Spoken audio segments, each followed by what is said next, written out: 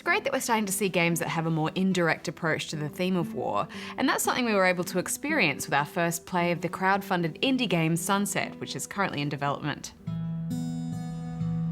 I've been so proud of my activism, of my political convictions. No one is safe from the patrols. Even when the sirens aren't going off, it feels like everyone in the city is grinding their teeth as hard as they can. Cleaning the windows is soothing somehow, even with the smoke rising on the other side of the glass.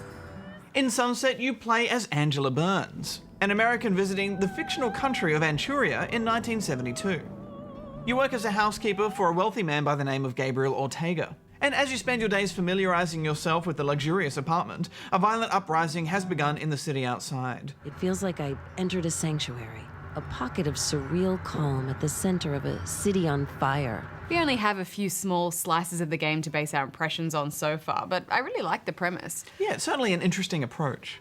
The devs likened the experience to that of games like Dear Esther and Gone Home, where the player's role is more passive, looking for clues to a greater picture. And you wouldn't glean that Sunset has anything to do with war at first, just by looking at it. But as time passes, it starts to feel like the conflict is getting closer and closer to your sheltered world inside the apartment. Well, the devs have stated that the inspiration for this game actually came from violent war-inspired action games.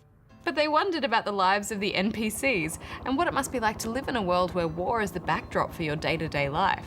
We recently spoke to Aurea Harvey, one of the game's creators, and she had this to say. Well, the whole game is about that human conflict and how we deal with a situation that is that intense. But ultimately, you don't just crawl into a hole and die. You know, all the people who are involved, like where the war is right outside their window right now, they're still living their lives. They still are singing and dancing and eating their breakfast and playing with their children and, you know, petting their dog and, you know, going to work, and life goes on. And I think that that's something that a lot of video games have missed. Even though the characters are making moral choices, we're not saying that you have to agree with those and that you should learn something from this. It's more just a way for you to think about it, about what is revolution and terrorism today, what is the, you know, status of the world with war outside and you inside getting on with your life, and how do we make a difference? When the main connection that you have is a personal one with someone, can that change things? By way of interaction, there's not a lot to discover so far, turning lights off and on, sitting in chairs, although Angela will occasionally share thoughts and observations as a way of driving the story. Have I done the right thing? Or only invited more chaos to our doors? Yes, it turns out Gabriel is a key player in the conflict. Here's some interesting reading material.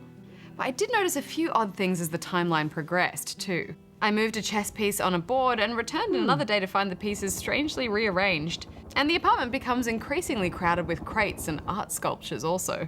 As we mentioned, we only had a preview of this game, so it's hard to get a sense of how much story there will be to explore here. But it seems like some kind of odd relationship develops between Angela and Gabriel through notes you leave each other. All we really know right now, though, is that it's a really, really nice apartment and there's a war going on. Well, this is from Tale of Tales, the makers of our favourite confusing French art piece, Bientôt l'été, so maybe we are simply in for a more interpretive experience. Sorry, Blue Hex! Now I'm even more curious to see how it pans out. Me too.